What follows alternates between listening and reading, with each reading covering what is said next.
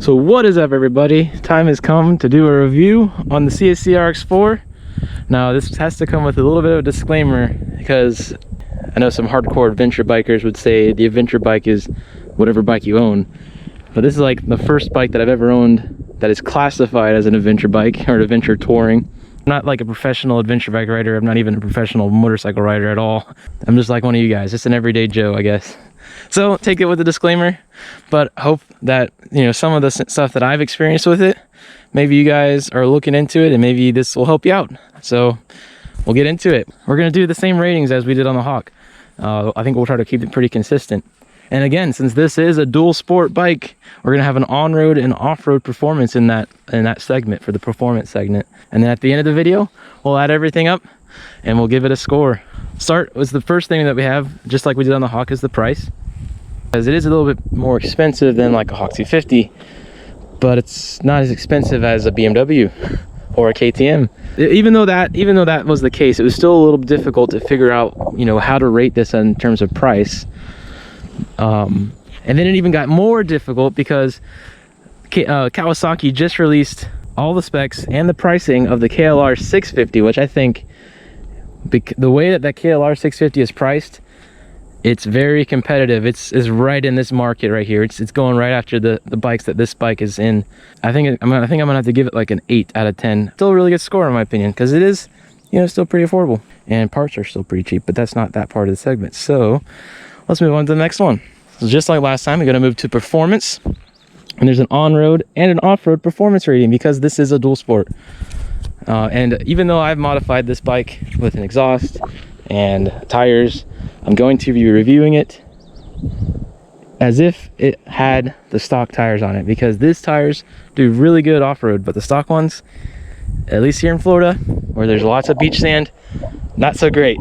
So off-road performance, it does pretty decent. It's got really good suspension. It doesn't bottom out in front or rear, and it's adjustable rebound.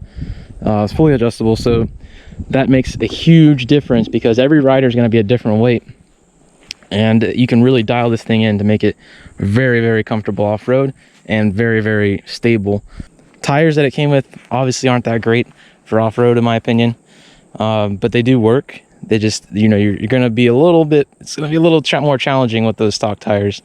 I think the stock tires are what they call an 80-20, which is 80% on-road, 20% off-road. So, you know, it's definitely, the stock tires are geared more towards on-road performance. But with that said, I think off-road with stock tires, the way it comes out of the box, I'm going to give it an average score of 7 out of 10. It's definitely really good. I think it's an average score though, 7 out of 10. Now on-road performance with stock tires, the thing I love about this bike so much, especially even with these tires, but on the stock tires especially, was the way this thing leaned into the corners. This thing leans into the corners so nicely. It has like a sport bike characteristic to it. It handles so good on road, and you know, you're very, very confident. The way you're sitting is super comfortable. The seat's really comfortable. It's not super tall, so you easily come to a stop, and you know, it's super nice on road, which makes it awesome because I can just drive out here like an hour ride and not feel I'm not super like fatigued, and then I can come out here and get fatigued. As a commuter, I think this thing does great. It has luggage, so you can take, you know, whatever you need to go to work. It does really good off-road, on-road. It leans into the corners really well. It's got a lot of safety features like ABS, dual piston front brake. This thing is very nice as a vehicle replacement. You can take this on the road. It's very good. It's safe. It's comfy. It does really good on-road. Obviously, it's not like a sport bike. It's not gonna be doing 100 miles an hour on the highway. It can do 100 miles an hour down the highway, but it's not going to do it for a long period of time. You're going to feel like it's stressed it out. So I usually, you know, 80 to 90 is where it likes to sit out on the highway. But I think because all that, and, you know, I'm not rating it as a sport bike. I think it's a very good commuter bike. It's very safe, very comfy, very good in the corners. It's got plenty of power. I mean, I think a good 9 out of 10 is a good score because it's really good on-road. Especially, and remember, especially with the stock tires. The reliability, okay, reliability. So reliability, now I only have 1,000 miles on it, but the thing is pretty much like a traditional thumper engine. Like, it's very bulletproof. And reliability, I haven't really had any issues with it. The only thing I've had wrong, literally the only thing, was a dead battery. And it's one of those, it comes with one of those very generic Chinese lead acid batteries, and it just got to the point where it was just dying every time, and I would have to come out, hook up a battery tender, fire it up. I replaced it with a Shore, I think that's what they call it. It's a lithium ion. It bolts right up, and it's awesome. Never died again. So lead acid battery died. That's, you know, typical, I guess.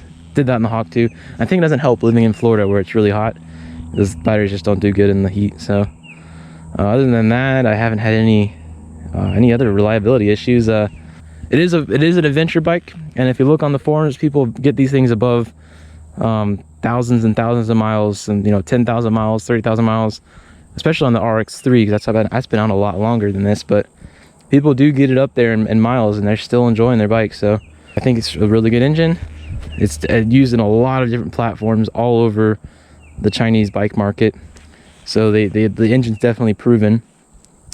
It's a little more complicated, so reliability, when you start adding in different pieces, moving pieces, right, all these different electronics and these different things like a counterbalance, technically those do add more failure points, so theoretically they are reducing the reliability of it. So that is a factor too, because there's more moving parts, it's more complex. It means it's going to be less reliable ultimately. It's just something that you have to factor in when you're doing like these types of studies in engineering. But we're not doing that. We're doing this as a review as a YouTuber. So I'm going to give it a 8 out of 10. I think it does really good. I may not have a lot of miles, but I've looked at a lot of people online with this engine and other bikes and this bike itself, the Zongshen version. And people have had really, really good miles out of it. So they've gotten thousands and thousands of miles out of this thing. What's the next option, or the next category? Let's see. We got reliability, service. All right, service is an interesting one. So I haven't done the valves yet, but I have worked on this bike quite a bit. I've taken it all apart. I've done a new rack system. I've done a new exhaust. Obviously that exhaust is completely custom. I've done new tires. I have tightened or checked the spokes. You should check your spokes after 300 miles on the manual, and that's something you really want to do, especially if you have a wire spoke rim, because those things will fold like a taco if you don't check them, and something gets loose, and the last thing you want is your wheel to fold like a taco. So if you have wire spoke wheels on your dirt bike or your motorcycle, check your spoke tension. Just don't overlook that. It's like one of the worst things you can overlook, other than brakes and stuff. It's pretty easy to work on. It's still a single cylinder, which means everything is super easy to get to.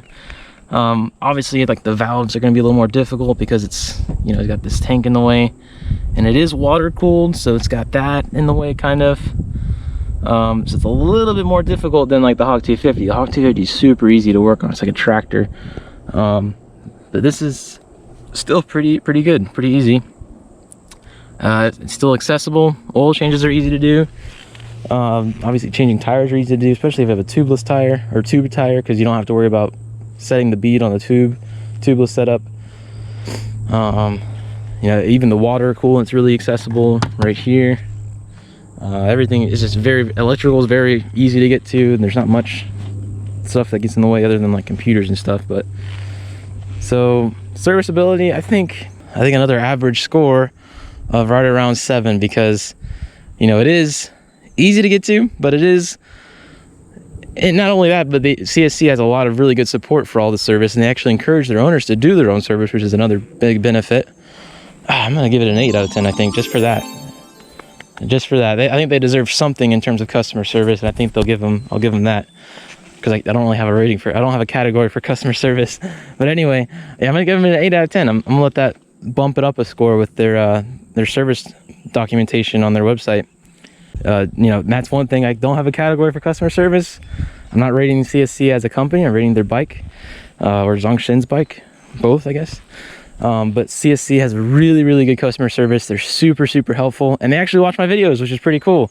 And I've, they actually reached out to me, and there's no like sponsorship or anything, but they're like, they're genuinely concerned with how I'm experiencing my bike. Maybe because I'm putting this on YouTube, I don't know, but it's a fun bike. I love it. I love their customer service. They always answer very, very quickly. So it's a great company. But again, we're not rating the company, we're rating the bike. We got price, we already did that. Off-road, did that. On-road, did that. Reliability, did that. Service, we did that. Ease of use. All right, it's ease of use is the next one. So we're gonna rate the ease of use of this bike. So this bike is definitely heavy. That's not really something you can really avoid. Now, if you're used to bigger adventure bikes, like, you know, leader bikes, like the Africa Twin or the GS or the KTM, that's probably not a concern with you. Weight, you know, you're probably used to much heavier bikes. But this, coming from a guy that rides a lot of like 250s, and I still love 125s, those really small bikes, and just I love small, lightweight stuff. Going to this is big for me. This is really huge for me. So, and then, you know, I probably would have felt more comfortable with the RX3, but I just didn't like the looks of it. I like that front end on this one, and I wanted something a little more powerful, you know. So that's why I went with the RX4. But it's definitely heavier for someone like me, where I'm used to smaller, lightweight bikes. It's not as tall as the Hawk 250, which is a benefit. It's pretty low to the ground. It's got a lower seat height. And actually, it's funny because most people with a Hawk 250 buy seats to make the seat height lower, whereas this bike, you can actually buy an aftermarket seat to make the seat height higher. So it's kind of funny. It's got a decent gear ratio for off-road. I think it's a little high. It does definitely likes a lot. Definitely geared more for speed. On-road more on-road performance. But after you kind of get used to it, it's not too bad. Again, it's, you know, I'm 5'9", for example. I don't know my inseam, but I'm 5'9", and I can tippy toe it, but very, very comfortably, at like a stoplight and stuff. I don't feel like I'm gonna fall over every time. It's got automatic headlights, ABS has to play a factor too. You don't have to worry about locking up your brakes. They do work, and they're very, very weird when they do work and they kick in. It's a very unique sensation. When you have ABS that kicks in, it's weird. You literally feel like remove control from your foot. It's like your foot brake doesn't work anymore. It's weird. It's a really weird one. But I mean, that's safe. That plays into the ease of use. But yeah, it's a little heavy, you know. Oh man, that's a hard one to choose. I would say this would make a good like second bike. I don't think it would make a really good first bike. Maybe it would make a good first bike. No, I think honestly it's on the heavy side for a first bike. I think you might be too intimidated. Not only heavy, but even though it's not super tall, it's still tall to the point where if you came to a stoplight and you're not really comfortable with a motorcycle yet, you might tip over because you're not used to it, or you might feel a little less stable. So I think it's not a good first bike, but I think it's a good second bike.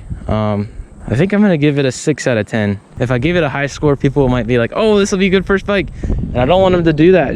Unless that's what they want to do. That's your money. Do your thing.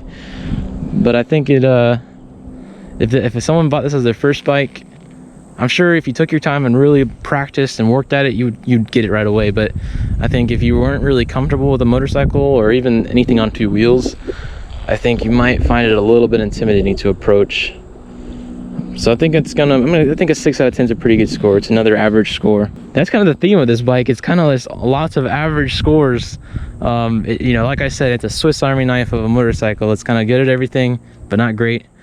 And again, this is coming from a guy that rides a lot of small, lightweight stuff. So this is very, very, it's relatively new territory for me myself. That was my experience with the bike on the first 1,000 miles. Hopefully there's a lot more miles to come. And let me know what you guys think down in the comments. So, you know, give me your own ratings down there. Give me your own scores. I got some information. I got some feedback from the last video that I did on the Hawk 250, where somebody wrote their score down. I thought that was amazing. There's definitely some stuff I missed on the Hawk 250, and I think some stuff I graded a little bit more harshly on the Hawk 250. Maybe you guys think the same way about this. You know, overall, I think this bike is a great bike. I love this bike. It's amazing. It's definitely different. It's a different riding experience than, you know, what I'm used to, and it's still really fun. But yeah, anyways, I hope you guys enjoyed that video, and I hope you guys found this somewhat useful. And maybe if you're interested in buying this bike and you can take some of the stuff I mentioned and maybe use that to help you decide on whether you want to pull the trigger or not. But you guys are awesome. I love every single one of you guys. Thank you guys so much for the support. Hopefully we'll get more videos out more regularly. I still got some schoolwork to do. I'm working on, I just finished midterms, so hopefully once we get this semester's over, I can have a little bit of a break, like a 2-week window, and I can do a whole bunch of riding. And I hope I can get this bike out more often because this thing is a beast. But yeah, I hope you guys have a great rest of your day, and it'd be dope if you liked the video. Let me know down in the comments what you guys think of the rating system. But like always, I'll catch you in the next one. Peace.